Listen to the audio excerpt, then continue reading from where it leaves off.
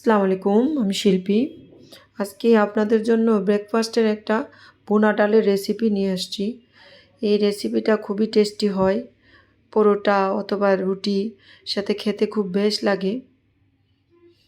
প্রতিদিন একঘেয়েমি ডিম ভাজি ওগুলি খেতে আসলে ভালো লাগে না।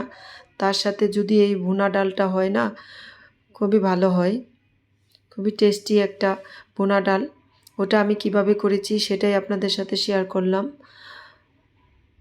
আমি হাফ কাপের মতো পেঁয়াজ দিয়ে দিয়েছি ফ্রাই প্যানে, সাথে তেলটা অ্যাড করে নিলাম। তেলটা আপনারা আপনাদের প্রয়োজন মতো দিয়ে নেবেন, কম বেশি করে নিতে পারেন। পেঁয়াজটা যখন ভাজা হয়ে যাবে, অতটা ব্রাউন করবেন না, অতটা ব্রাউনের প্রয়োজন নাই, যেহেতু এটা ভুনা ডাল তাই অতটা ব্রাউনের দরকার নাই। তখন একটা তেজপাতা দিয়ে দিবেন, সাথে তেজপাতাটা দিয়ে নাড়িয়ে নিন। তেজপাতাটা যখন হালকা ভাজা হয়ে যাবে, তখন সাথে 1 চা চামচ আদা, হাফ চা চামচ রসুন অ্যাড করে দিয়েছি। আদা রসুনটা অ্যাড করে নাড়িয়ে নেবেন। আদা রসুনটাকে হালকা ভাজা করে নেবেন, তাহলে এটার টেস্টটা খুব ভালো আসবে। কারণ ভাজা আদা রসুনটার একটা স্মেল আসবে, স্ট্রং একটা স্মেল আসবে, ওইটা খুব ভালো হয়। তাই হালকা একটু ভাজা করে নেবেন, 2-3 মিনিটের মতো, 2-3 সেকেন্ডের মতো। সাথে পানিটা অ্যাড করে দিলাম যাতে মশলাটা পুড়ে না যায়।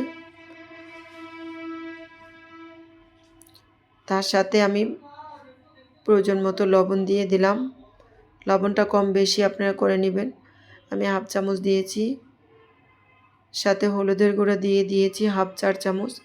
যেহেতু 1 কাপের মতো ডাল ছিল আমার, তাই হাফ চামচের মতো হলুদের গুঁড়া দিয়ে দিয়েছি। সাথে অ্যাড করে দিলাম জিরের গুঁড়ো। জিরের গুঁড়ো হাফ চা চামচের মতো দিয়েছি। মরিচের গুঁড়ো দিয়ে দিয়েছি প্রায় 1 চা চামচের মতো। সাথে অ্যাড করে দিলাম ধনিয়ার গুঁড়ো। ধনিয়ার গুঁড়ো দিয়ে দিয়েছি হাফ চা চামচ। সবগুলি মশলা একসাথে কষিয়ে নেবেন। মশলাটা যখন কষাবেন না, তখন এটার টেস্টটা খুব ভালো হবে। খুব ভালো একটা টেস্ট আসে এটার। বাসায় একবার ট্রাই করবেন। খুবই টেস্টি একটা রেসিপি, সকালে ব্রেকফাস্টের জন্য খুবই উপকারী একটা রেসিপি। বাসায় একবার ট্রাই করবেন আপনারা। এটা যখন কষানো হয়ে যাবে, তেলটা ছেড়ে আসবে, তখন এটা নাড়িয়ে নেবেন। নাড়িয়ে এটার ডালটা অ্যাড করে নেবেন। ডালটা আমি পানি ঝরিয়ে রেখেছিলাম, 1 কাপের মতন ডাল। ডালটাকে খুব ভালোভাবে মশলার সাথে নাড়িয়ে নিন।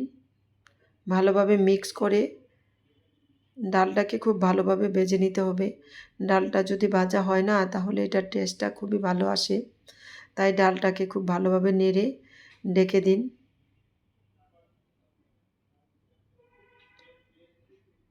ঢাকনা দিয়ে 2-3 মিনিটের মতো রেখে দিন।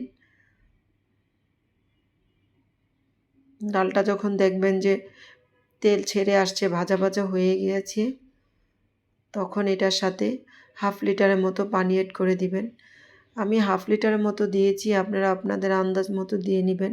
কারণ বেশি পানি দিলে কিন্তু ডালটা একদমই গাঢ় হয়ে যাবে, টেস্ট আসবে না, আস্ত থাকবে না। আমি 4-5টা কাঁচামরিচ দিয়ে দিয়েছি এর সাথে ফ্লেভারের জন্য, কেটে দেই নাই, আস্ত দিয়েছি।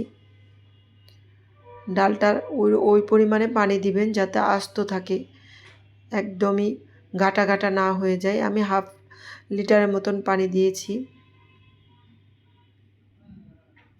অতিরিক্ত পানি দেওয়া যাবে না, আবার একদমই কম দেওয়া যাবে না, আন্দাজ করে দিতে হবে। একদম কম দিলে ডালটা সিদ্ধ হবে না, ভিতরে দানা দানা থেকে যেতে পারে, তাই পানিটা আন্দাজ করে দিবেন। ভালোভাবে নাড়িয়ে নিয়েছি। ঘন ঘন নাড়তে হবে, যদি ঘন ঘন না নাড়েন তাহলে নিচে লেগে যেতে পারে।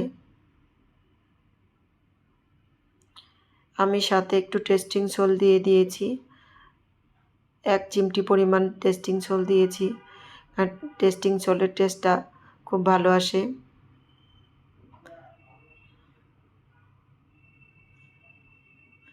ডালটা অতটা পানি ঝরানো যাবে না, ঝোলটা ঝরানো যাবে না, তাহলে এটা ঠান্ডা হওয়ার পরে ড্রাই হয়ে যাবে। তাই এটা যখন হালকা ঝোল অবস্থা থাকবে ওই অবস্থায় ওটাকে উঠায় নিতে হবে, যাতে ঠান্ডা হলে ড্রাই না হয়ে যায়। আমি সাথে ধনেপাতা অ্যাড করে দিলাম, ফ্রোজেন করা ছিল আমার ধনেপাতা। ওই অবস্থায়, যে অবস্থা দেখছেন না ওই অবস্থায় ওটাকে উঠিয়ে ফেলবেন, নয়তো এটা ড্রাই হয়ে যাবে।